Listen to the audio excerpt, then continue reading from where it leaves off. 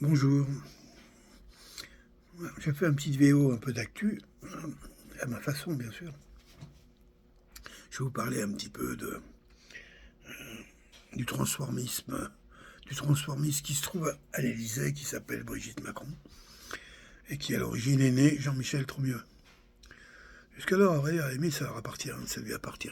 Il a fait une vie, il était né garçon, il est devenu une femme. Pourquoi pas? Et il a rencontré un homme qui s'appelait Macron. Il l'a rencontré quand même très très jeune. À l'époque, on parle de pédophilie. Je sais de quoi je parle parce que je sors d'une procédure de genre. 14 ans, il avait, elle avoir plus de 50, je crois. Si quand on connaîtra vraiment la date de naissance, on pense que Brigitte Macron a 78 ans. Même par rapport à ses propres déclarations, puisqu'elle disait qu'elle était à New York. À l'époque de l'alunissage sur la Lune, je disais quelqu'un, elle ne pouvait pas être seule à New York, c'est pas possible, en tant que mineure. Donc, ou elle était avec des gens, ou elle était majeure.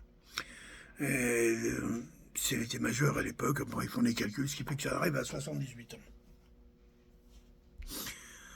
Le souci dans tout ça, c'est le mensonge colossal de ces gens-là, puisqu'ils ne se sont pas cachés jusqu'alors. Il y a une vidéo qui tourne actuellement, on montre le mariage de Macron et de Brigitte, qui est passée à la télévision sur France 3, une chaîne un peu alternée, mais officielle de gouvernement, il y a longtemps déjà, et bon, qui attestent de leur mariage, quoi. Voilà, et de leur famille, si on veut, un grand mot.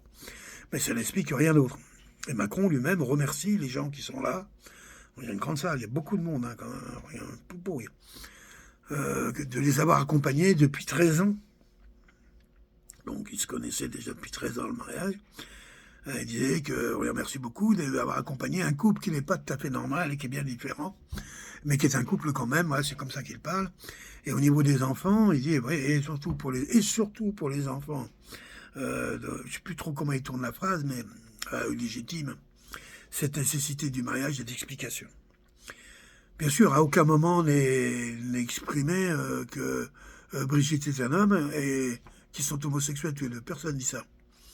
Elle se présente comme un couple, Macron le dit, différent, peut-être pas normal, mais un couple quand même.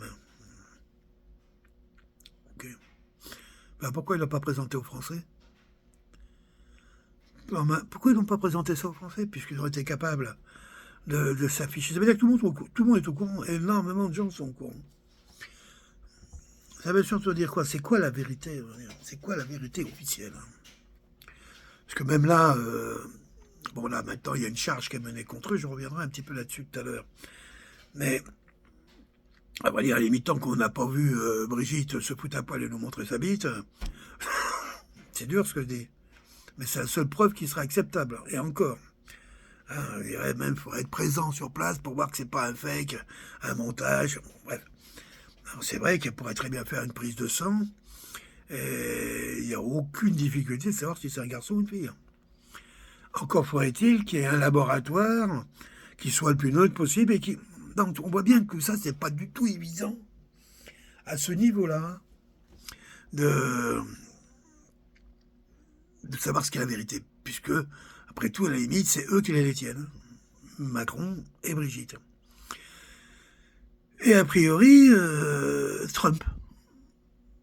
Puisque lorsque on a été perquisitionné Sabila à Mar-a-Lago, là, je sais plus où, là, en Floride, je sais plus, sa grande villa, sous prétexte qu'il aurait gardé envers lui des dossiers ultra secrets en tant que président qu'il n'aurait pas dû emmener, qui est totalement faux. Mais ce qu'il a réussi à garder, et c'est pas pour rien qu'il les a emmenés sur cette piste-là, un dossier sur le président Macron. Hein? Seul dossier qu'ils aient trouvé là-bas, c'est sur le dossier. La FBI a trouvé un dossier sur le président Macron. Évidemment, ils n'ont pas révélé ce qu'il y avait dedans encore. Mais Trump le sait très bien. Puis bon, quelqu'un d'adroit. Donc je suppose qu'il a plus que copie de tout ça. Pourquoi il a laissé fuiter ça? En France, ça fait 3 ans déjà qu'on est au courant par l'histoire de faits et documents, un petit journal très intéressant, d'ailleurs très bien documenté, un vrai journal de journalistes, bon bref, comme il n'y en a plus d'ailleurs, même le canard enchaîné n'est plus à la hauteur depuis longtemps. un journal d'investigation, on appelle ça, comme il y en a d'autres aux États-Unis, où là, la parole est quand même beaucoup plus libre qu'elle peut l'être en France. Nous, cette affaire, on la connaît depuis la sphère complotiste, comme ils aiment nous appeler. On est au courant de ça depuis 3 ans à peu près. Hein, et dans les mêmes formules que ce qu'il y a. Il y a rien eu, pour nous, il n'y a rien de nouveau à l'Ouest. Maintenant, ça sort à un endroit, à un moment très particulier quand même. Alors on dit que c'est les élections européennes de Macron. Il y a longtemps que des élections, il s'en fout un peu, à la limite, puisque par 2 fois, il n'a pas été élu en réalité par des gens, il a été élu par des embrouilles. Je sais pas à moi d'expliquer tout ça, mais en gros, c'est pas quand tu représentes même pas 12% du corps électoral, hein, et encore en faisant les fonds de tiroir, que tu vas arriver à être au premier tour, enfin bon, au deuxième tour, je veux dire. Et pourtant. Et en plus, tu gagnes. Oh bah là, mec qu'on connaît pas, on n'a jamais vu, etc.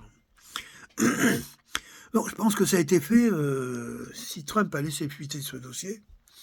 Hein, du coup, il y a les Américains qui s'en occupent, et dont, entre autres, comment elle s'appelle, Candice Howard, une jeune journaliste du style Tucker Carlson, là, c'est le même genre, hein, aussi intense, hein, les gens qui, je crois qu'elle a 5 ou 6 millions d'abonnés rien que sur Twitter, et c'est vrai, moi je suis aussi abonné à sa page. Donc c'est quelqu'un qui... Et elle, tout d'un coup, elle parle pas un mot de français, elle connaît rien en France, connaît rien à la culture française, elle en a strictement rien à foutre. Comment se fait-il qu'elle se lance en disant « Je mets ma carrière en jeu en affirmant ce que je dis, que Brigitte Macron est un homme et que c'est le plus grand scandale. » Bref, elle manque pas d'adjectif pour tout ça. Et elle dit, elle va jusqu'à mettre sa carrière en jeu. Quand même, pour quelqu'un qui connaît rien, ni la langue française, c'est que le dossier en soi est suffisamment béton, et surtout, la source qui lui a communiqué tout ça est tellement fiable que la personne est prête à jouer sa place pour confirmer ça. Extraordinaire. Mais à vrai dire, du point de vue des Américains, Macron, bon, c'est un serviteur de Washington, hein, c'est un young leader, un global young leader, comme on dit, formé au WEF, en même temps que celui-là qu'on a ici au Québec, ou en Italie, peu importe. Tous ces gens qui ont été formés à une vision particulière de la mondialisation. Voilà. Et si Trump, je reviens, si Trump a laissé fuiter ça, il me semble que l'intérêt qui a été visé, c'est surtout Michelle Obama. Ah, bon, là on est en plein dans la sphère complotiste. Ouh là là là, attention. Bouchez vos oreilles, éteignez la lumière, avalez du cardinal. Bon, bah, ça va chauffer. Et oui, Michelle Obama serait aussi née homme. Quand on connaît la vie d'Obama, elle est quand même connue. Hein, étudiant, alors ouais, je parle pas gouverneur, on s'en fout tout ça. Et même là, quand il était gouverneur, c'est peut-être même là qu'il a été le plus violent, et il y a le plus de suspicion à son égard de meurtre. Mais beaucoup, hein, pas 2, 3, hein, oui. Et il y a des photos qui montrent Michelle Obama, non pas avec un E, mais jeune, avec Obama. J'ai oublié, je cherche son prénom, je m'en rappelle plus. Ils avaient chacun, tous les deux, ils étaient dans les 20 ans, quoi, 20 ans, quelque chose comme ça. Et sans aucune difficulté, on reconnaît que la tête du jeune homme qui accompagne Obama, qui est son meilleur ami de l'époque, donc son amant, hein, puisque Obama est homosexuel cocaïnomane, hein, il est exactement...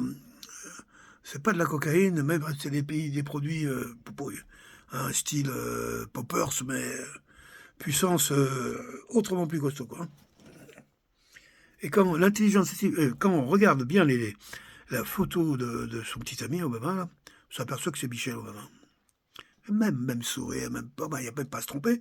Et à un point tel que quelque part, on l'a mis à la reconnaissance, l'intelligence de reconnaissance spatiale, la reconnaissance spatiale, l'intelligence chinoise. C'est le logiciel le plus performant de la planète aujourd'hui, où tous les États se payent pour essayer de mettre ça en place chez eux. Hein, et c'est un logiciel qui permet de reconnaître quand même, de différencier 1,5 milliard de Chinois sans se tromper. Sans jamais se tromper. Jamais. avec des taux de réussite à 100%. Et quand tu mets la photo de Michelle Obama et la photo du petit ami Obama, c'est le même. Le logiciel dit c'est la même personne. Voilà. À part que là, il était garçon et petite fille. Après tout, à la limite, c'est leurs histoires, mais ils ont quand même vendu au peuple un immense mensonge. Et le mensonge suivant, c'est la famille. Les enfants. Dans le cas de Brigitte, les enfants seraient bien de lui. Il serait le père. Et il a engendré et après il a fait la transition, on va dire ça comme ça. Mais je pense pas qu'il s'est coupé, on n'est pas au courant, je crois pas. Je pense que tout d'un coup, bon, ouais, il a laissé pousser un peu les seins et puis voilà. Un peu les. Bon, bref. Et effectivement, Brigitte Macron est bien le papa officiel, le vrai, de ses enfants. Né Osière, voilà. Alors, c'est qui le monsieur Osière qui joue le rôle du papa? Voilà, c'est ça qui est intéressant. Et la maman. La difficulté, il y a tout un milieu là, de l'ouest de la France qui connaissent très bien cette personne. Mais là, à ce niveau-là, il n'y a pas beaucoup de gens qui ont le courage de témoigner. Et puis même, tu peux témoigner tant que les autres, ils vont dire non, c'est faux. Tous les médias, on a vu là, la Française qui était un peu à l'origine de... Elle y est allée à l'intuition en observant des photos, elle a trouvé que c'était bizarre. Puis elle est partie avec ça pour essayer de faire bouger la chose. Quelque part, il est arrivé, puisque tout le monde en parle dans le monde. Mais là, aujourd'hui, elle a de grosses emmerdes. Mais encore, bon, ils l'ont pas assassiné, c'est déjà bien. Mais à mon avis, ils y ont pensé. Bon, on n'est plus en train de... quand tu commences déjà à emmerder les puissants du puissant. Je pense aussi que cette affaire a été révélée pour pousser Macron à se calmer un petit peu dans ses ardeurs guerrières en vue de sa propre élection, puisque Macron fait ça dans le but d'être élu. S'il arrivait à générer un état de guerre avec la France et la Russie, même un petit peu truc un peu tordu, ici il décrète l'état de guerre en France, il n'a plus besoin des élections, c'est fini. Donc il a installé pour 10 ans encore. Seulement le grand système qui a besoin à tout prix de notre accord. C'est pour ça qu'ils veulent à tout prix que la démocratie continue, s'inspire. On a vu que pour la Covid, ils auraient pu la rendre obligatoire. Non, ils voulaient à tout prix qu'on l'accepte, même si tout était fait pour nous obliger à le faire, mais malgré tout, ça devait rester ainsi. Le système a besoin de notre plein accord dans leur saloperie. La première des choses, de la démocratie. On demande aux gens de voter, même si c'est le système qui choisit les gens pour qui on vote. Néanmoins, ça donne toujours le sentiment que c'est toi qui as choisi. Donc, tu n'as rien choisi que dalle. Tu as dit, tiens, lui, il est en rouge, lui, il est en bleu. Voilà sa vie, lui, c'est son programme, Allez, le choix. Et il y en a qui pensent qu'ils ont le choix. Bon, donc, c'est un système qui est vraiment génial pour, je dirais, la super élite, la classe dirigeante, la classe dominante, je dirais même. Et ils veulent surtout pas que ça s'arrête tant qu'ils n'ont pas refermé la nasse. Et on en est loin encore. On n'est pas encore en 2030, ça vient, mais on n'y est pas encore. Et surtout, du fait que les BRICS sont apparus et mettant un frein quasiment définitif à la mondialisation telle que eux l'avaient perçue. Ça ne veut pas dire que pour autant, on est de plus en plus mondialisé, qu'on le veuille ou non, tant qu'on fonctionnera avec un système Internet, avec des communications qui parlent. C'est évident qu'on tout est interconnecté, intraconnecté, et c'est évident que nous sommes mondialisés. Donc, BRICS ou pas BRICS, ça fonctionnera de même. Les Chinois ont mis en place ce crédit social que les Occidentaux veulent faire aussi. Et que Poutine fera aussi, que tout le monde va faire. Et on va tous y passer, avec l'identité numérique, et après avec toutes les folies qui vont derrière ça, et elles sont nombreuses. Ce que je voulais dire par rapport à l'histoire de Brigitte Macron, c'est que les gens qui dissimulent derrière des apparences aussi glauques, qui dans un cas normal pourraient éventuellement passer pour... ça leur appartient, mais là tu veux parler au nom de tous. Et c'est un minimum, c'est de se présenter. T'es qui, toi? T'es un homosexuel, cocaïnomane, et qui vit avec un homme qui t'a violé quand t'avais 14 ans et qui a 40 ans de plus que toi. C'est ça un peu. Et tu nous demandes qu'on te fasse confiance. Tu demandes à des peuples normalement constitués, c'est bien très bien que jamais vous ferez confiance. Jamais. C'est trop loin. Surtout en France, où Mariage pour tous avait reçu une fin de non-recevoir à 85%. Personne n'en voulait. Et à vrai dire, dans le monde entier, personne n'en veut. Il y a quand même... C'est pas être homophobe que de rappeler que sans hétérosexuel, il n'y a pas d'homosexuel. C'est tout. La vie, c'est l'hétérosexualité. Le plaisir, c'est autre chose. La jouissance, c'est autre chose. Mais la vie vivante, ce que j'appelle la vivante vie, c'est l'hétérosexualité. Donc là-dedans, il y a des déviances, pourquoi pas, on a toujours vécu avec. Et à vrai dire, à la limite, dans l'esprit français, on s'en fout un peu. On s'en fout, on va dire, que tu vives avec un homme, etc. Mais si par contre tu veux parler en notre nom à nous, les Français, non. Tu n'es pas représentatif de ce peuple. Et ce peuple ne voudra jamais de toi. C'est tout. Donc ils ont dissimulé, sans vergogne, ce couple, il y a longtemps, il y a très longtemps. Et je me dis, mais pourquoi ils ont mis en place cette stratégie, là, à la limite? Pourquoi ils ont mis ça en place? Est-ce qu'il y avait des précédents qui permettaient d'affirmer, comme l'a affirmé Nathalie, que c'est lui qui l'avait créé, qui avait créé le président Macron? Ce que je crois complètement. Et je me dis que Macron, il venait de la banque Rothschild. D'accord? C'est un banquier de la banque Rothschild. On en a eu un en France, qui venait aussi de la banque Rothschild, un banquier, qui a été président aussi. Il s'appelait Georges Pompidou. Pompidou. Peu connu, en fin de compte, les Français, on connaît De Gaulle, Giscard, mais Pompidou, pas trop, il n'a pas vécu longtemps, il est mort, il n'a pas fini son mandat. Gros fumeur de gitane. Et il était accompagné dans sa vie d'une femme qui s'appelait Claude Pompidou. Déjà, le prénom, c'est un prénom mixte. Ben oui, c'est pas Claudine, c'est Claude. Alors Claude, ça peut être féminin, masculin, d'accord. Allez sur Internet, si vous trouvez des photos de Claude Pompidou, vous allez en trouver quand même quelqu'un, c'est pas rare. Vous vous rendrez compte par vous-même. On dirait bien un homme. Plus grande que Pompidou, les épaules d'un homme, la glotte, bref, il y a tout. Même les mains. Limite, aujourd'hui, on dirait, ouais, c'est un transgenre.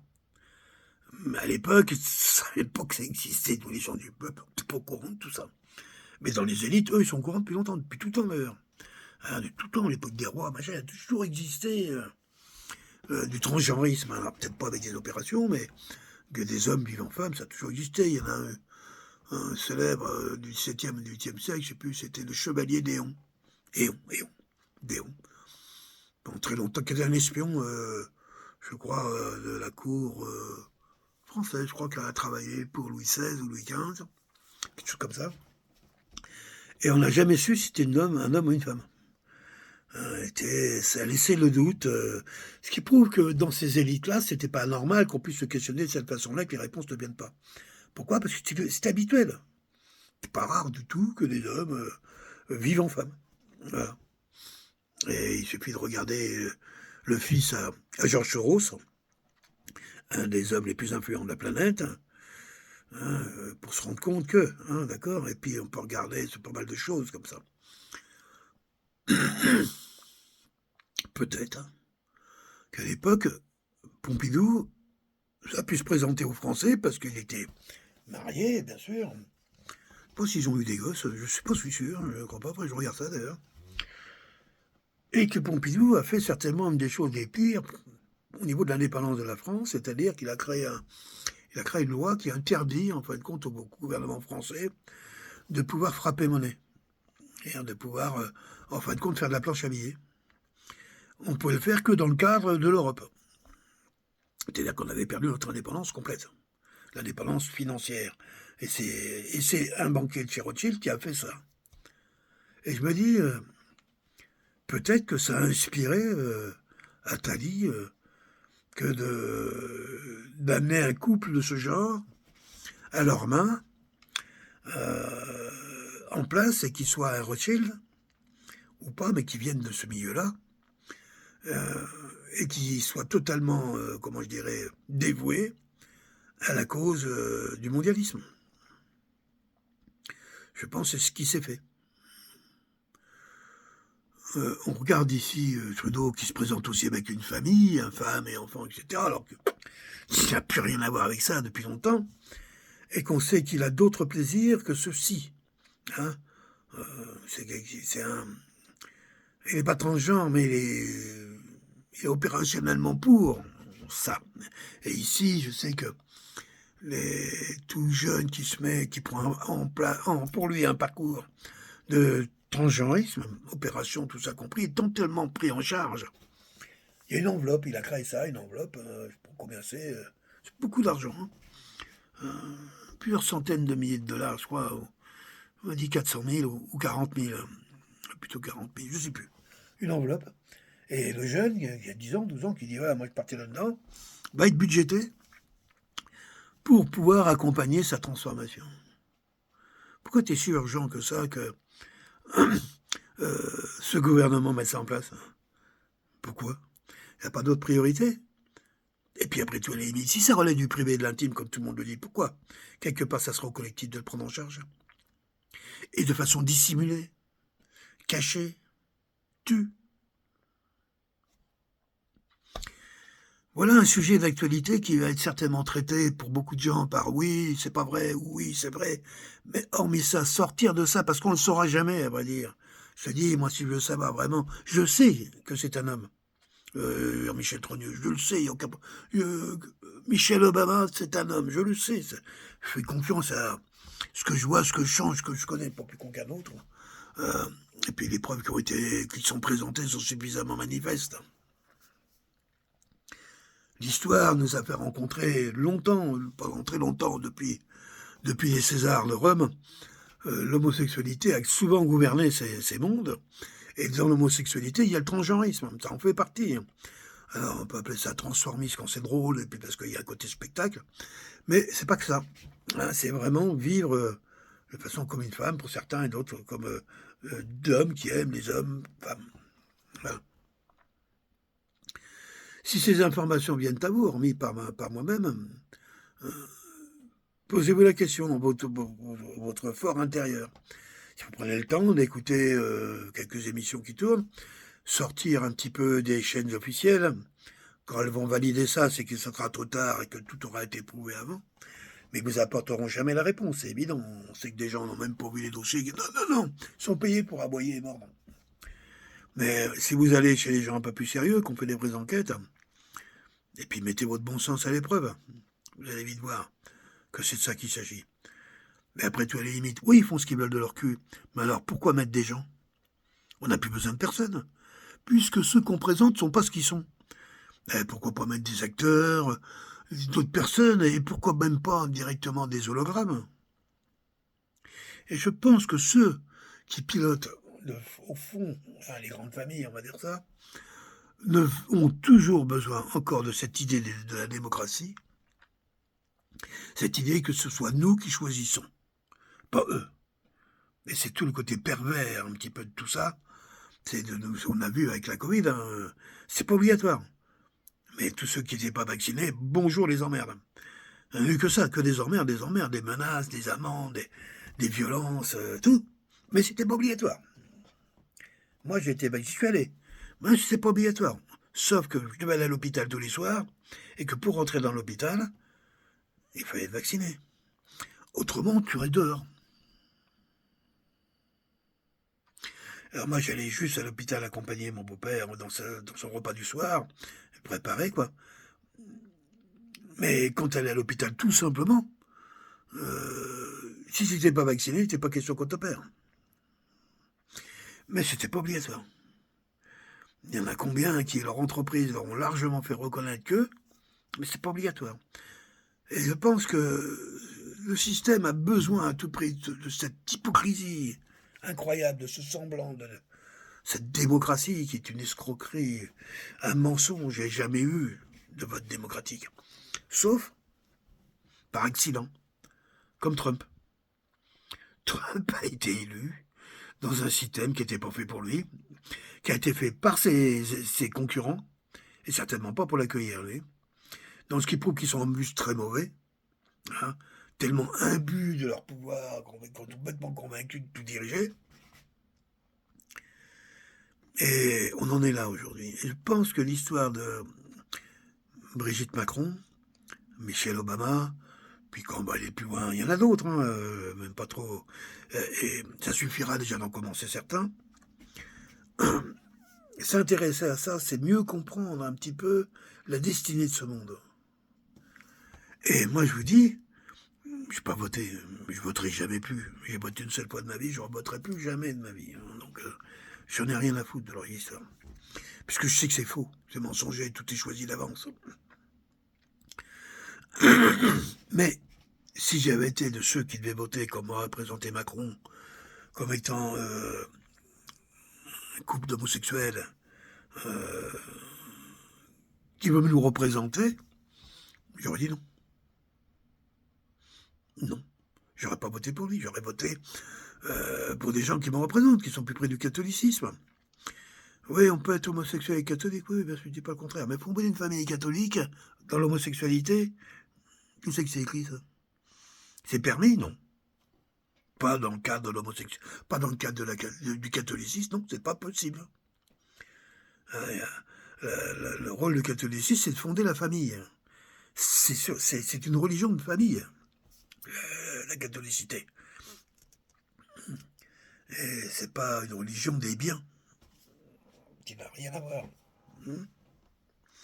Voilà, je vais laisser ici cette vidéo sur ces entrefaits, en sachant que je m'amuse bien ces temps-ci, je fais circuler, je suis pas le seul, hein, voilà. Et à vrai dire, à la limite, de savoir que ça emmerde les autres, là, j'en suis très heureux. Très heureux d'emmerder quelqu'un qui nous pourrit la vie. Voilà. Bye bye, merci.